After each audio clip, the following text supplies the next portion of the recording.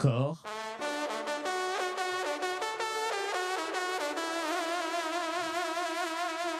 corps, corps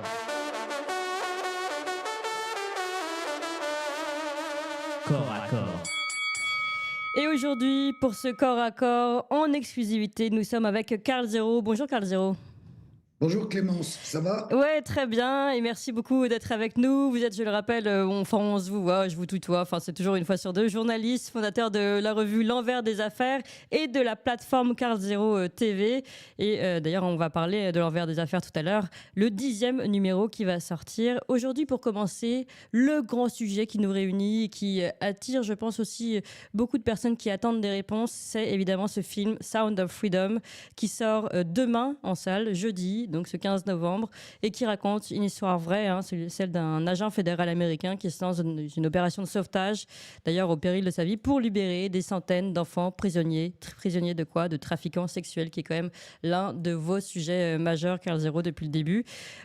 Sound of Freedom, un film qui a eu beaucoup de difficultés à sortir en salle et aux États-Unis et désormais en France. Et vous êtes battu depuis le début, Karl Zero, pour que ça puisse sortir. Ben, j'ai eu le malheur ou le bonheur au moment de la sortie aux États-Unis du film de faire quelques émissions comme la vôtre et de dire ben, je ferai tout ce qui est en mon pouvoir pour que ce film sorte en France. Il faut dire qu'au moment de sa sortie aux États-Unis, il s'est fait littéralement bâcher, comme on dit, par une certaine partie de la critique américaine et qu'avant même sa sortie en France, dès donc autour du 4 juillet, en France aussi, on a eu droit un peu toujours au même, c'est-à-dire Marianne, Libération, Télérama, pour vomir littéralement sur le film en disant surtout attention, Libération, ouais. Libération, voilà, pour dire c'est un film complotiste. Alors ça, comme toujours, on finit par être habitué, Ouais. mais c'est un film très dangereux parce qu'il soutient les théories de Trump, des QAnon, Oui, oui. encore. Et on avait l'impression que ce film était une sorte de plaidoyer pour des théories auxquelles tout le monde n'est pas obligé d'adhérer, qui ont le mérite d'exister, mais qui ne sont pas aussi importantes, en tout cas à mes yeux, que celle juste du trafic d'enfants, qui n'est pas complotiste, qui est juste une réalité avec des chiffres, avec quelque chose d'absolument effrayant, intolérable, et qui existe depuis des années. Bon, et ce film part de ça. Donc moi, quand je dis j'ai eu le malheur ou le bonheur, j'ai dit je vais tout faire, mais je suis pas distributeur et je connais pas la terre entière dans le cinéma. Donc je me suis retrouvé un peu gros gens comme devant, en me disant mince, maintenant que j'ai dit ça, comment je peux dire vraiment. Donc j'ai commencé par envoyer des mails à Angel Prod, qui est la boîte de prod qui avait racheté à Disney le fameux Sound of Freedom. Disney ne voulant pas le sortir, c'était un peu la patate chaude. Il pourrissait dans une vieille armoire et il se disait oh là là, c'est pas bon. Donc le film était planqué. Ils mettent super longtemps à répondre parce que eux-mêmes, c'est une petite boîte de prod en vrai au départ. Et le succès est tel aux États-Unis qu'ils sont débordés. Ouais. Et qu'ensuite, ils commencent à se poser la question, mais est-ce qu'il faut le sortir dans tous les pays du monde en salle ou directement le mettre sur une grande plateforme et comme ça, tout le monde le verra. Donc, il met un certain temps à réfléchir. Pendant ce temps-là, je me dis, mais quel distributeur français est capable de faire ça? Ouais. Et là, benoîtement, je prends Google et je tape distributeur français. Et je me fais une liste. Et je connais un peu quand même, parce que moi, j'ai fait des films, donc je connais un peu. Et je dis, oh, lui, non, lui, oh, ben, même pas en rêve, lui, c'est pas permis, lui, il voudra pas, lui, il dira que c'est complètement. Bon. Et je finis par, en fin de liste, il y a Sage. Et je vois distributeur chrétien. Et je dis, bon sang, mais c'est bien sûr, c'est un film qui a beaucoup de capitaux chrétiens, qui a été soutenu par beaucoup de chrétiens. Donc, il faut, et donc, j'appelle le standard de Sage et je dis, passez-moi votre patron. Et je tombe sur un monsieur charmant qui s'appelle Hubert de Torcy et qui me dit, ah, mais justement, je connais très bien Alejandro Monteverde, le gars qui a fait le film, le réalisateur du film. J'ai distribué ce dernier film, je l'ai rencontré à Cannes en mai dernier. Effectivement, c'est une très bonne idée. Incroyable. Et je lui dis, mais il faut sortir ça vite. Le buzz, c'est maintenant, c'est pas dans 10 000 ans. Parce que au départ, il voulait le sortir en mars prochain et tout. Je dis, non, il faut le sortir rapidement. Et donc, on en est arrivé à cette date qui est aujourd'hui, 15 novembre, la sortie de Sound of Freedom en France. Il a quand même galéré incroyablement, notre ami Hubert de Sage Distribution, parce qu'il fallait arriver à convaincre les salles, et ça n'a pas été une mince affaire. Et jusqu'à hier encore, je recevais des messages, mais comment, il n'y a que 30 salles, 40 salles, 50 salles. Non, finalement, il y a un peu plus de 200 salles. Mais, faut dire la vérité, c'est des petites salles, souvent bien éloignées des grandes villes, ce qui est quand même scandaleux, ce qui prouve qu'il n'y a pas, en tout cas de la part des exploitants, une censure, mais une autocensure. Mais on va en incroyable. parler de tout ça. On va en parler de tout ça. Oui, c'est-à-dire que les mecs se disent, oh là là, mais c'est peut-être dangereux, peut-être que des reptiliens vont venir dans la salle pour mettre le feu. Enfin, je sais pas ce qu'ils imaginent. Oui. C'est un thriller, c'est un film de bonne facture, on va dire hollywoodienne.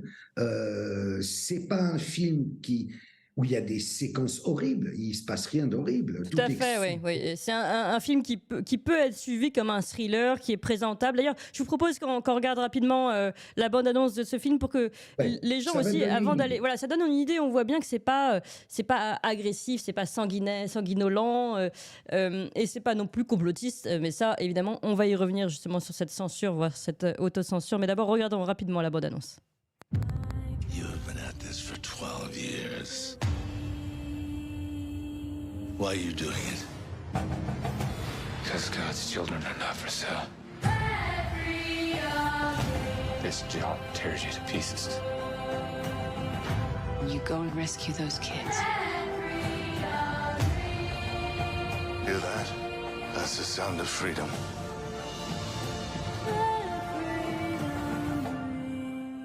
Voilà, c'est vrai que rien que la musique, hein, c'est entraînant. On a envie bon, en tout cas, ça donne envie d'aller en salle et d'aller voir ce film. Alors, plusieurs choses que vous avez dites, Carl Zero, qui sont absolument fondamentales. D'abord, celle que Disney ne voulait pas le sortir. Ça veut dire quoi, ça? Disney, on connaît bien ces dernières tendances, on va dire, pour utiliser un terme à la mode, wokiste, etc. Mais ça veut dire quoi, ne pas vouloir sortir un film pareil? Un film qui a toutes les capacités de fonctionner. D'ailleurs, on le voit aujourd'hui. Un film qui est propre, je veux dire, qui est bien réalisé, c'est ce que vous avez dit, de bonne facture. Là, on n'est pas dans une critique cinématographique, on est dans une critique de ligne, en fait. Ils n'aiment pas la ligne de ce film, ce qui est embêtant parce que c'est un film qui prend quand même la défense des enfants. C'est là que ça commence à poser question. C'est deux choses, pour être tout à fait honnête. Il y a d'une part ce que les grands groupes appellent l'effet turn-off, c'est-à-dire le fait de tourner le bouton, et en disant les gens n'ont pas envie de regarder ça. Les gens vont au cinéma pour se détendre, donc ils veulent voir Barbie, ils veulent voir des trucs sympas, et ils veulent pas s'emmerder la tête, se pourrir la tête avec des histoires de trafic mondial d'enfants à vocation sexuelle. On peut l'entendre. On peut aussi donner sa chance au film. Après, c'est à mon avis, évidemment, parallèlement, cousu de fil blanc, il y a forcément des gens qui se disent bah, il ne faut pas trop mettre ça sur le devant, c'est un truc qui est tabou, il ne faut pas en parler. Et évidemment, on est appelé à se demander mais pourquoi, mais qui, mais quoi, mais bon, évidemment, ça laisse le champ ouvert justement à toutes les théories du complot en disant mais pourquoi ils sortent pas un truc comme ça? Au départ, ce film, en plus, il n'est pas produit par Disney, il n'est même pas produit par la Fox, il se retrouve chez Disney parce que Disney a racheté Century Fox. Bon, et avant, il est produit par des gens qui ont mis, certains très très riches, d'autres beaucoup moins riches, qui ont mis $500, d'autres ont mis plusieurs centaines de milliers de dollars, et ce sont des gens qui sont remerciés à la fin du film. C'est un peu comme un film de crowdfunding, de financement participatif. Et ils se retrouvent en distribution donc chez Century Fox puis chez Disney, et ni l'un ni l'autre ne vont le sortir. Et ils vont attendre comme ça longtemps. Bon, arrive le Covid. Bon, finalement, le film ne va jamais sortir. Et il faut donc le courage de ces petits gars de Angel Prod, qui eux sont alors un peu comme Sage Distribution, vraiment des chrétiens américains. Ah oui, Angel Prod, ah oui, bon, vous me diriez, par rapport au nom, on aurait pu s'en douter, c'est aussi Ils sont un peu spécialisés dans les productions à vocation chrétienne. Je ne crois pas qu'ils sont catholiques, je pense qu'ils sont plutôt protestants ou évangéliques, ou tout ça, mais ils font partie de ce qu'on appelle l'Amérique chrétienne. Après, il est clair que quand on pense au film lui-même, c'est basé sur l'histoire de Tim Ballard. Tim Ballard, donc, il est mormon, donc il est d'une certaine façon chrétien aussi, nous les acceptons. Et quant à Caviezel, l'acteur principal, Jim Caviezel, lui, il a joué Jésus dans Mel Gibson. Donc, il est très chrétien aussi. Oui, voilà. D'ailleurs, il avait raconté, quand il avait joué Jésus, à quel point il avait été touché par ce jeu. Et c'est peut-être ce côté chrétien qui Mm. agace aussi une certaine partie de la critique. Il faut bien dire les choses. Ça, ils en font un film politique, Mm. comme si c'était un film qui était résolument à droite, résolument chrétien, ce qui n'est pas. Mm. Alors, pas. parlons 2 minutes, arrêtons-nous 2 minutes sur le cas Libération, qui a émis cette critique de navet.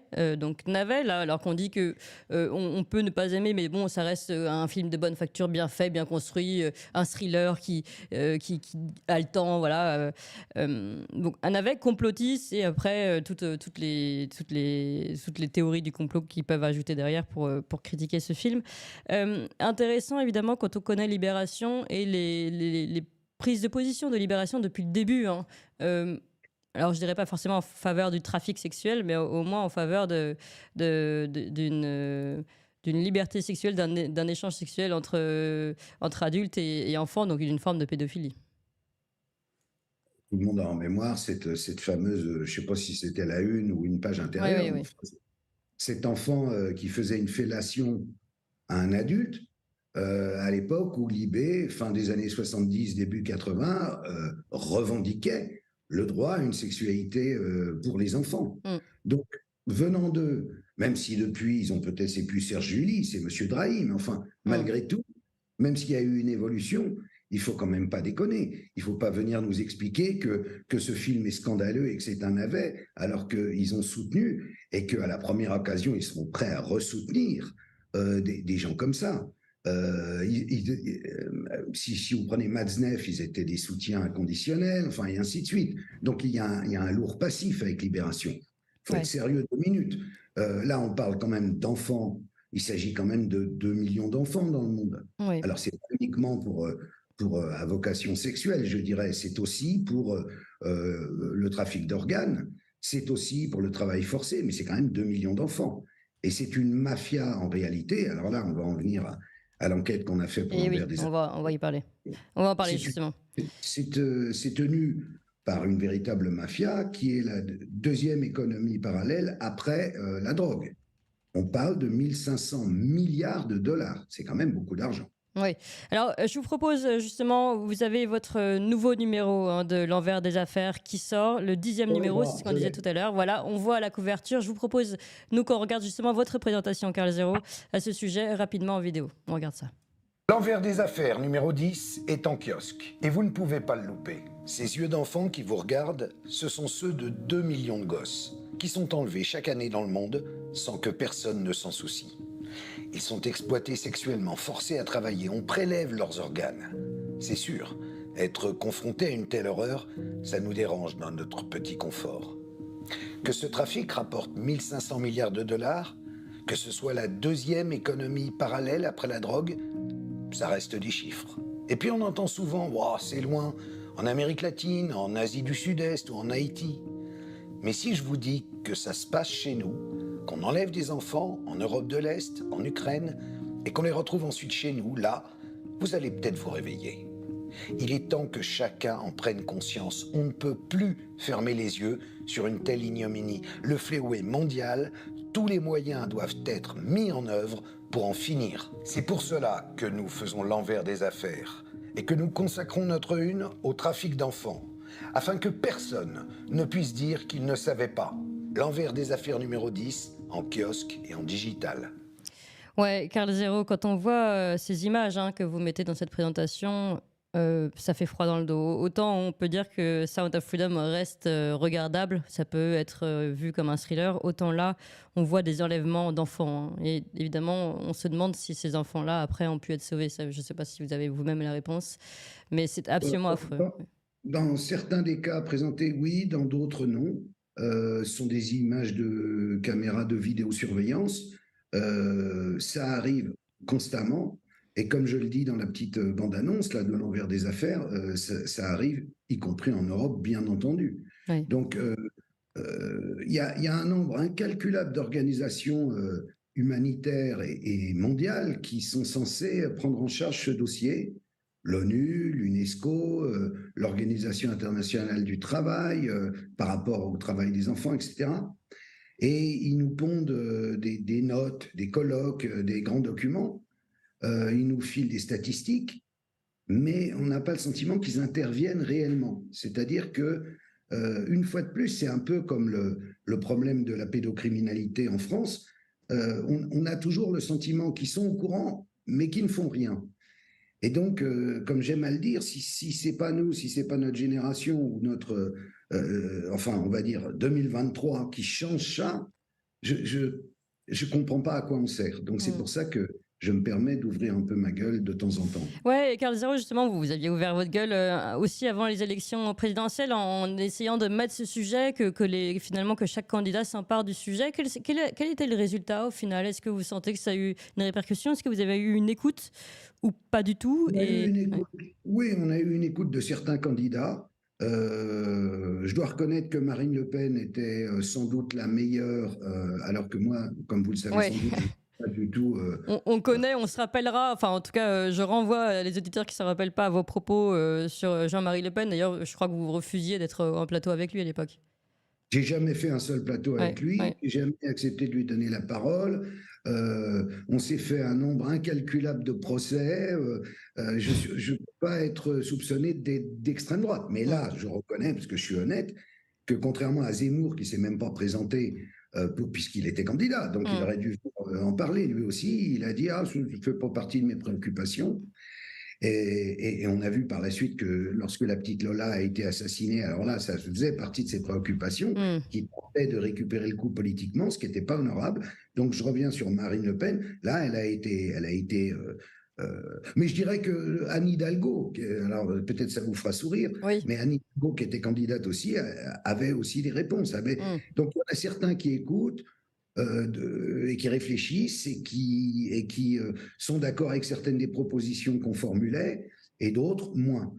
Il faut dire que beaucoup des propositions de 1 sur 5, puisque c'était au départ un manifeste écrit avec Serge Garde et Omer Incellier, ont été reprises par la Civise. La Civise, qui est donc ce comité autour du juge Durand. Je ne sais pas si vous avez suivi, mais vous avez dû suivre, que ça existe. Ça a été nommé il y a 3 ans. Il y a toutes sortes de gens extrêmement bien dedans. Ils ont fait des recommandations. Et ce qui est très curieux, c'est que ce sont uniquement des recommandations. Donc, dans 5 jours, le 20 novembre, ils vont faire leurs recommandations définitives, puis ils vont disparaître. En tout cas, c'est ce qui est annoncé, puisqu'ils doivent, au 31 décembre 2023, quitter la piste sans que leurs préconisations soient forcément transformées en loi. En exécution, oui. Donc là, on a un vrai problème, parce que tout ça est venu de la célèbre affaire Duhamel et du livre qu'avait écrit Camille Kouchner. Sagrada Familia, oui. Voilà. Macron avait senti qu'il y avait quand même un émoi dans la population, et donc il avait fait une vidéo en disant « on vous croit », etc. Et il avait nommé cette commission, ou ce comité. Et finalement, ça a été nommé, mais ça va servir à quoi? On ne sait pas. Donc c'est là encore... Peut-être seulement à dire qu'on a réagi. Voilà, à faire une bonne vidéo, à dire et puis terminer. Donc là, c'est la même chose que ces grandes organisations. On est conscient du problème, mais pas décidé à agir réellement. Pourquoi ? Pourquoi, Carl Zero? Justement, je voudrais, puisque vous avez fait une enquête, que vous connaissez les chiffres, que vous nous donniez un petit peu l'envers du décor. Votre revue s'appelle L'envers des affaires. L'envers du décor aussi, qu'est-ce qui se passe réellement? Vous dites que ça peut arriver en France. Où en sommes-nous en termes de trafic sexuel, de trafic d'enfants en France et en Europe? Et je voudrais citer Laurence Beneux, que nous avons reçue récemment et que vous connaissez bien, qui enquête beaucoup sur ces questions, notamment de trafic sexuel, et qui nous avait expliqué que la section d'enquête est tellement débordée en France sur ces questions sexuelles de trafic d'enfants qu'ils étaient obligés de trier. Mais sauf que quand elle dit obligés de trier, aujourd'hui, on n'est pas surpris. Je veux dire, ça arrive dans tous nos grands services, que ce soit la police, l'hôpital, etc. Sauf que quand elle explique comment ils trient, aujourd'hui, on en est à trier à partir selon eux, par rapport à l'âge, et une moyenne d'enfants de 8 mois. 8 mois. Ça veut dire qu'ils se préoccupent des affaires des enfants qui sont plus petits, des petits nourrissons qui sont plus petits que 8 mois, dans des trafics sexuels, parce qu'ils ne peuvent pas s'occuper de ceux qui sont plus âgés de 8 mois. Voilà ce que nous révélait Laurence Beneux il y a quelques jours. On en est à là, ça veut dire qu'on en est à n'avoir finalement aucune réaction sur quand même des affaires qui sont de première importance. Ça devrait être notre priorité en France que de défendre les enfants. Ça devrait bien sûr être décrétée cause nationale, comme à l'époque, la sécurité routière. À un moment, on s'est dit, il y a trop de morts, on arrête, on met la ceinture et on roule à 100, 110, 130, je ne sais plus. Bon, de la même façon, on devrait dire, mettre un coup d'arrêt et dire, ça suffit. Quand vous parlez des bébés de 8 mois, il faut comprendre une chose, c'est que les pédocriminels aujourd'hui, ce n'est pas des personnes âgées, ce sont des jeunes. À cause de la pornographie sur Internet ou sur leur portable. C'est-à-dire que dès le plus jeune âge, ils ont été mis en contact avec cette pornographie et donc ils ont pris l'habitude de s'exciter sur des trucs de plus en plus hard. Et comme une drogue. Moment, une fois qu'on a fait toute la palette, il reste les enfants. Et donc ça, on le trouve. Récemment, il y a eu un scandale parce qu'il y en avait sur Instagram. Bon, après, Meta a fait le ménage et soi-disant, il n'y en a plus. On en trouve parfois sur Twitter, mais surtout, on en trouve énormément sur le dark web. Et le dark web n'est pas un truc méphistophélique et compliqué à trouver. En 30 secondes, vous y êtes et là, vous voyez. Et donc, les gens qui se nourrissent de ça, forcément, se mettent à passer à l'acte de plus en plus jeunes. Ça veut dire que maintenant, ceux qui agressent des enfants ou des bébés, comme vous disiez à l'instant, sont des gens qui ont 22, 23 ans. Donc, on est passé dans quelque chose de différent. Et donc, il faut bien trouver des victimes. Et pour trouver des victimes, où va-t-on ? On va dans les pays de l'Est parce que c'est là où c'est plus facile d'acheter ou d'enlever des enfants, notamment en Ukraine. On en avait déjà parlé il y a un an, au moment du déclenchement de la guerre, en disant attention, on a là on a un pays qui est connu pour ça. Plateforme de corruption. Voilà, qui est un vivier, qui entre en guerre, que vont devenir ses enfants. Et ensuite, un autre problème, c'est et pardon, mais faisons une parenthèse, vous aviez fait une révélation très très forte et je pense que ça vaut toujours le coup d'ailleurs, ça renvoyait aussi à une de vos enquêtes.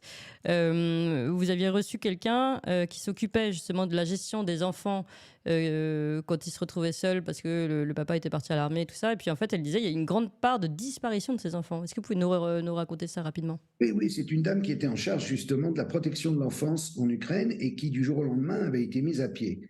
Donc elle avait gueulé un petit peu dans son pays et moi j'avais vu passer ça et donc j'avais retrouvé la dame et je l'avais interviewée pour comprendre qu'est-ce qui se passait réellement. Parce que dans les médias, on entendait parler d'enfants ukrainiens qui étaient emmenés de force en Russie pour être russifiés, ce qui existe, il faut malheureusement reconnaître, mais parallèlement, il y avait aussi énormément d'enfants ukrainiens qui, à l'occasion quand la guerre a commencé, on a dit il faut vite exfiltrer les femmes et les enfants. Oui, c'est ça, donc, les mettre à l'abri. Voilà, donc ils sont partis dans des trains, dans des voitures. En Pologne, oui. Voilà, et malheureusement, il y a des enfants qui sont partis seuls parce que les mamans ne pouvaient pas et donc étaient censés être attendus par des cousins, des parents, des grands-parents à la frontière, que ce soit polonaise, etc. Et qu'on n'a jamais retrouvé. Et puis, il y avait aussi des gangs qui étaient spécialisés pour rapter les enfants quand ils arrivaient dans les autres pays, ou pour leur promettre monts et merveilles, on vous conduit en Allemagne, mais en fait, de vous conduire en Allemagne, on les conduisait directement dans des bordels. Donc, il y a eu, et il y a toujours, en réalité, là-bas, un vrai problème. Et en fait, la guerre a aussi eu cet effet, c'est une forme de manne, mais on le sait, toutes les guerres ont des effets en plus sous-jacents qu'on ne voit pas forcément directement. Ça a été une manne pour la corruption, et la corruption notamment sexuelle et d'enfants, quoi. Voilà, et après, si on parle de trafic d'enfants et de trafic de prostitution, on va dire, de mineurs, il y a un autre phénomène en France qui est de plus en plus important, malheureusement, et qui touche essentiellement les banlieues, c'est que beaucoup de très jeunes filles se prostituent et elles ont, alors là, c'est pas la mafia, ce sont des macs qui ont un peu plus qu'elles, qui peuvent être même eux-mêmes mineurs ou qui peuvent avoir 16 ans, 18 ans, enfin quand je dis mineurs, de moins de 15 ans, et qui les prostituent. Et grâce à cela, elles peuvent s'acheter ce qui les fait rêver, puisqu'elles fréquentent TikTok et Instagram, et elles trouvent que finalement, c'est pas si mal, que c'est une manière de, non pas de tuer les fins de mois, mais d'avoir... C'est de l'argent facile, oui. Voilà. Donc ça, c'est un phénomène ça, les policiers sont parfaitement conscients de ça, qui s'est répandu comme une traînée de poudre depuis très peu de temps. et contre lequel malheureusement on ne peut pas faire grand-chose. Donc il faut là encore que nos pouvoirs publics en prennent conscience et agissent. Oui.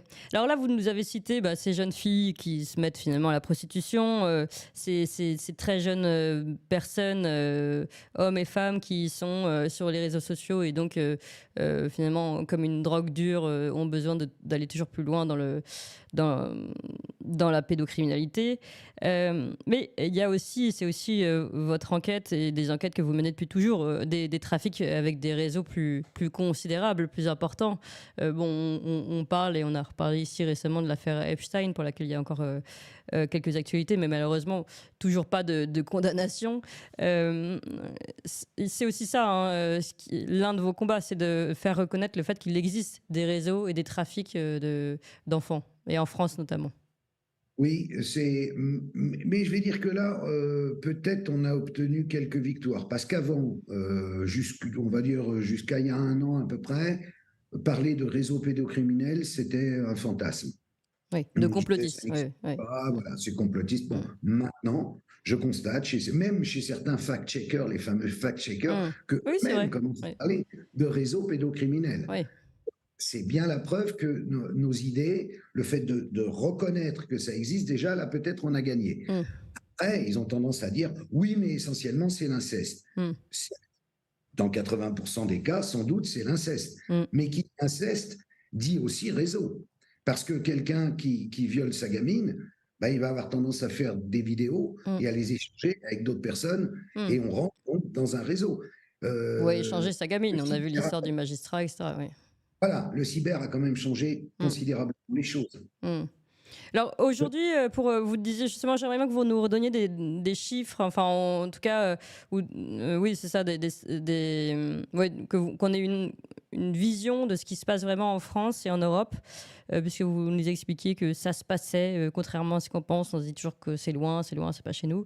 En France, on en est où justement dans ces enlèvements d'enfants, dans ces trafics Est-ce qu'on a quelques chiffres sur ces sujets? On n'a pas de chiffres sur la France concernant ça. On a des chiffres concernant les viols d'enfants. On sait qu'il y en a 160 000 par an et que c'est juste ceux qui sont allés se plaindre. Ouais.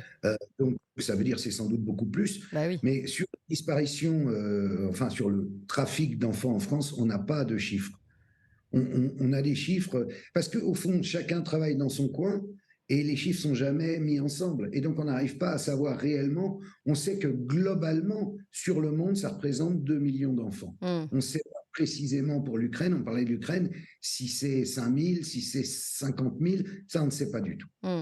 D'accord. Et justement, alors quelles sont les révélations que vous nous faites et les enquêtes que vous faites dans ce dernier numéro de l'Envers des affaires?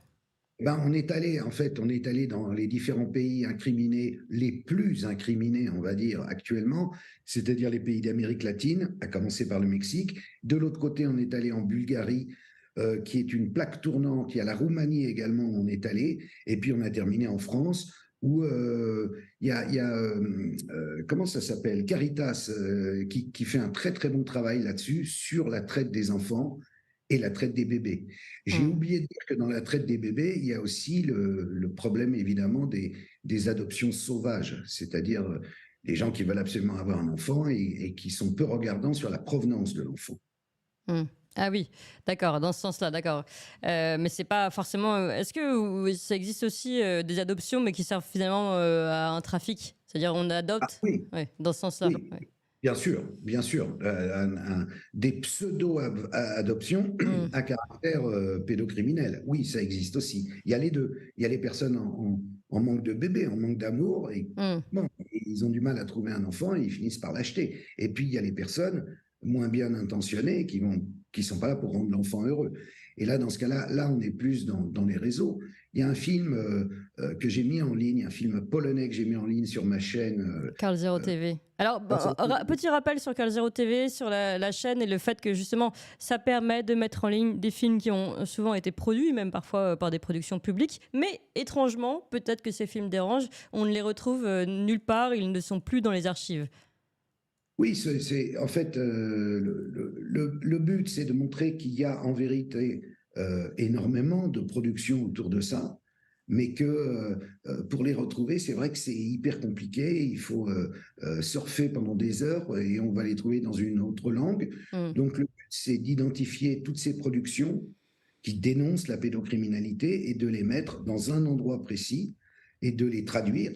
Et donc, c'est le travail de carlzero.tv. Mm. Donc, chaque semaine, il y a 2 nouveaux films ou documentaires ou courts-métrages pour présenter, je dirais, l'actualité mondiale de la pédocriminalité. Ouais. Et ça va, c'est très varié. Ça peut être des enquêtes d'investigation, ça peut être des films émouvants, ça peut être des témoignages ou D'enfants. des Ouais. interviews. Mm. Enfin, c'est très large.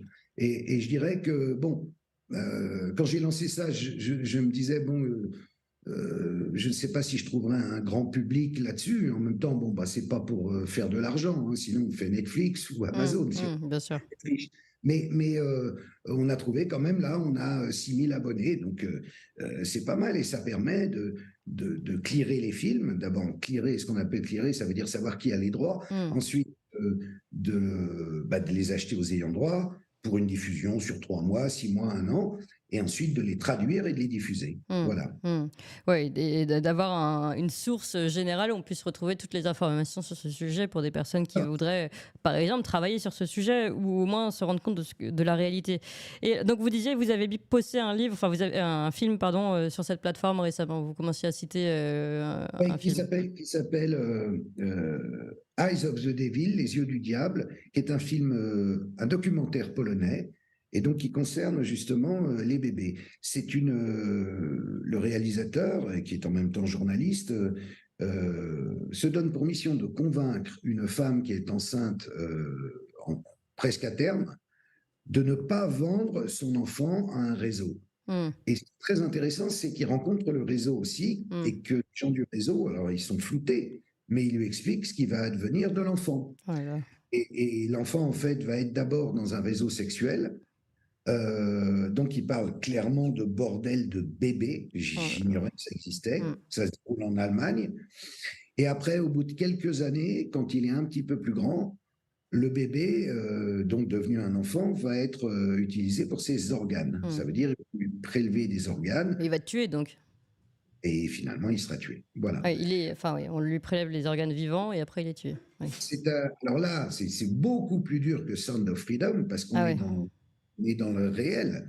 On voit la mère qui dit non, mais tu préfères qu'il soit vendu pour un truc sexuel ou pour les organes? Et elle dit, oh, mais je m'en fous, je veux pas de cet enfant, je le vends et j'aurai 50 000 euros, etc. Et je pourrais m'acheter une voiture. Enfin, et on est dans la réalité. Ouais. Voilà, on pense, j'essaye de rentrer dans la tête de cette mère qu'elle est obligée de chosifier l'enfant pour pouvoir accepter une chose pareille. Donc elle est dans une forme de déni. Mais enfin, c'est quand même atroce. C'est pas un enfant près qu'elle s'en fout complètement. Ouais, quelle horreur. Et c'est vrai que je le dis parce que j'ai pu consulter vos vidéos, carlzero, il y en a beaucoup et à chaque fois, le plus fort, c'est ça, c'est quand on voit la réalité, on voit les témoins et quand on a les paroles d'enfants. Mais c'est bouleversant, vraiment bouleversant, parce que c'est les enfants qui racontent ce qui leur est arrivé ou ce qui leur arrive encore, avec leurs petits mots d'enfant. C'est vrai que je pense que ce serait d'utilité publique que tout le monde consulte votre chaîne carlzero TV. Alors justement, dans les choses, disons, positives, entre guillemets, c'est-à-dire votre action depuis le début pour que les choses soient reconnues, pour qu'on en parle, et c'est aussi pour ça qu'on est là aujourd'hui.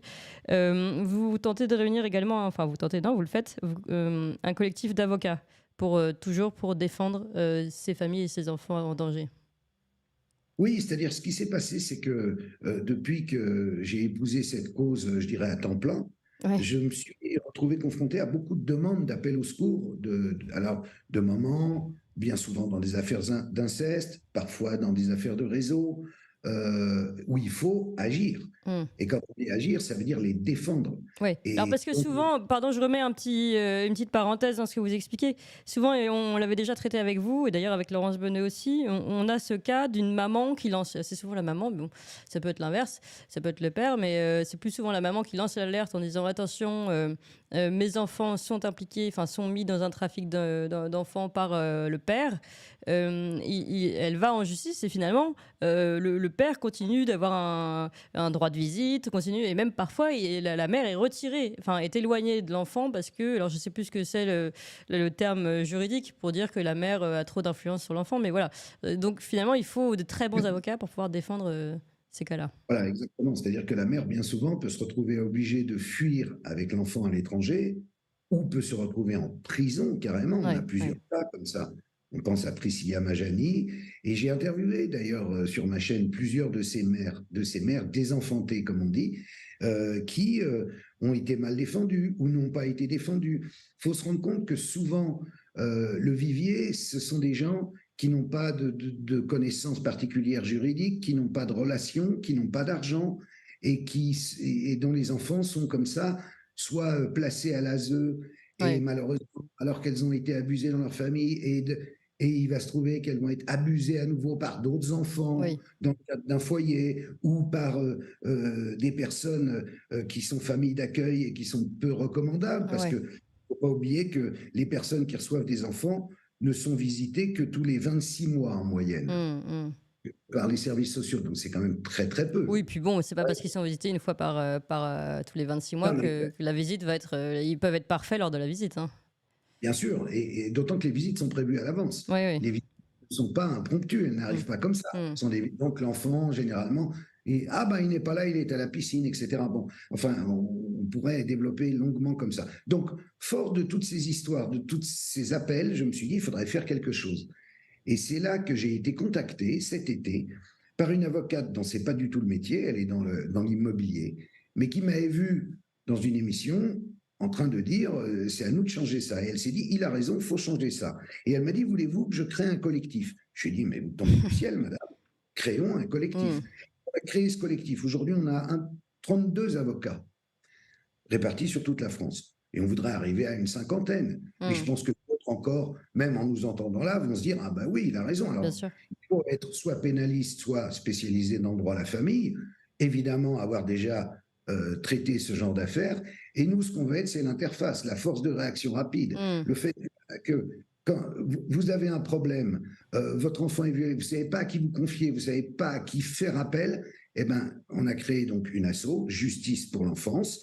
Il suffit de taper justicepourlenfance.org, tout attaché, Justice pour l'enfance. Et là, il y a un questionnaire et on a une équipe qui va trier les demandes, parce qu'il peut y avoir aussi des demandes un peu farfelues, ça arrive. Il y a parfois des gens qui m'écrivent et où c'est pas très clair. Mm. Alors, il faut trier le bon grain de livret et ensuite confier immédiatement à un avocat qui sera en charge du dossier. Mais Et par les exemple, gens- pour des personnes qui ont des difficultés financières, il y a peut-être aussi il y a une aide ou pas du tout, ou comment ça se passe? Il y a toutes sortes d'aides. Il y a l'aide juridictionnelle Mm. qui est normale en France, Oui. et il y a aussi l'association qui, si jamais il y a besoin de payer plus l'avocat, est là. Mm. Donc, on fera des appels aux dons. Mm. En attendant, je vais, moi, à l'issue de la première année de Carl Zero.tv, remettre les bénéfices de Carl Zero.tv dans Juriste pour l'enfance, de façon à ce que ça soit un circuit sain et que ça serve à sauver des gosses. Voilà. Ouais, parce que c'est tout l'objectif, Carl Zero. Merci beaucoup, en tout cas, d'abord pour tout ce que vous faites. Et puis, est-ce qu'on peut dire finalement que toutes ces choses qui se font, que vous faites, l'envers des affaires, Justice pour l'enfance, et puis ce film qui sort, est-ce que finalement c'est aussi une bonne nouvelle? Finalement, c'est comme un choc psychologique qui devrait arriver, enfin qui se force dans l'actualité et qui, malgré justement cette actualité sombre du trafic sexuel, au moins permettra peut-être des réactions plus fortes pour les prochaines fois, pour les prochaines années. Moi, je suis persuadé que oui. Je pense qu'à terme, on va gagner notre combat. Il est long, il est plein d'embûches, il est plein d'ennemis cachés en réalité, Oui, parce qu'on oui. ne sait pas très bien qui est qui. C'est un théâtre d'ombre. On peut penser que telle personne va vraiment nous aider et puis être déçu et se dire ah ben non finalement, donc qu'est-ce qu'il y a, peut-être que pour une raison ou pour une autre, où il est tenu, ou bon, vous savez tout ça, hein, malheureusement, on est malheureusement dans ce monde parfois déçu par la nature humaine, mais globalement je sens qu'on va y arriver, qu'on va vraiment faire changer les mentalités, que ce qui a été obtenu pour les femmes avec MeToo sera obtenu pour les enfants au travers de ce combat et du combat de plein d'autres associations, de plein d'autres personnes. C'est évidemment en s'unissant qu'on va y arriver. Ouais, merci beaucoup, Carl Zero. Je rappelle, hein, ouais. Je Oui. défendais la Civise tout à l'heure en Oui. disant il faudrait que cette Civise puisse continuer d'exister, puisse continuer à agir et que ces préconisations soient prises en compte. Ouais, oui, c'est ça, parce que bon, moi, les comités, hein, c'est comme les comités Théodule, on se dit c'est toujours bien, enfin, ça sert surtout à dire qu'on a fait quelque chose sans ne rien faire, et ça pose même question dans l'autre sens, sans nous accuser d'être complotistes sur tous les sujets, mais bon. Merci en tout cas, Carl Zéro, je rappelle hein, toutes les actualités, donc il y a Justice pour l'enfance, j'imagine, j'ai entendu, il y aura un appel aux dons pour soutenir ce collectif d'avocats, il y a évidemment ce film Sound of Freedom qui sort, qu'il faut aller voir pour peut-être mieux comprendre et pour soutenir aussi la cause. Et puis évidemment l'envers des affaires qu'il ne faut pas rater, qui sort dans tous les bons kiosques, c'est ça? Dans tous les bons kiosques et aussi en digital, il y a Et en l'envers. digital, voilà. Et puis toutes les informations évidemment sur Carl Zero TV. Merci beaucoup Carl Zero et à très bientôt. Merci Clémence, Au bonne revoir. journée.